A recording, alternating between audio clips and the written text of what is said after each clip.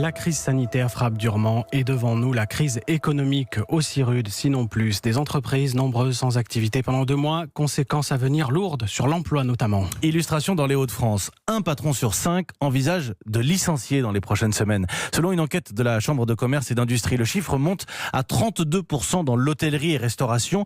Des licenciements peut être synonymes de fermeture pour les plus petites structures. Maximilien Carlier a rencontré le gérant d'un café à Lille. Alors ici on est dans le bar La Base Arrière à Lille. Ça va faire bientôt presque 2 mois qu'on est fermé aujourd'hui. De la poussière sur des tireuses à bière, des fûts à la poubelle, aucune recette depuis plusieurs semaines pour Johan, le gérant. On a zéro, il n'y a rien qui rentre. Se séparer de son employé, mettre la clé sous la porte, oui, il devra le faire forcément si la pandémie perdure, mais il se sent surtout délaissé. Je suis blasé parce qu'on parle que des restaurateurs, sauf que les restaurateurs, ils s'en sortent beaucoup mieux que nous. Et nous, on est un peu les oubliés. J'accepte de fermer 1 mois, 2 mois, j'accepte même de fermer 1 an s'il le faut. Si on me dit pendant 1 an, pas de bar, pas de boîte, rien, ok, mais aidez-nous, parce que ça va pas durer indéfiniment comme ça. Il n'y a pas que les petites structures qui sont concernées, des entreprises plus importantes envisagent de licencier.